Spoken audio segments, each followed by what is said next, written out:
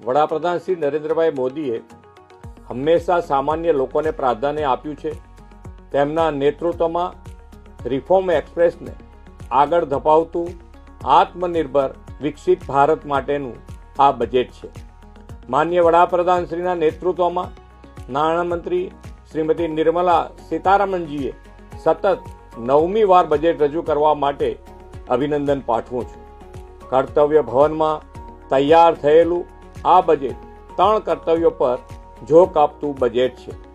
તેમાં જ્ઞાન એટલે કે ગરીબ, યુવા, અન્નદાતા અને નારી શક્તિ તથા દિવ્યાંગજનોના પિલર્સ મજબૂત થશે. આ 3 કર્તવ્યોમાં સમાજના બધા જ ક્ષેત્રોને અને દરેક વર્ગને સૌના સાથ, સૌના વિકાસના મંત્રથી આવરી લેવાનો ખૂબ જ સરાહનીય અભિગમ રાખવામાં આવ્યો છે.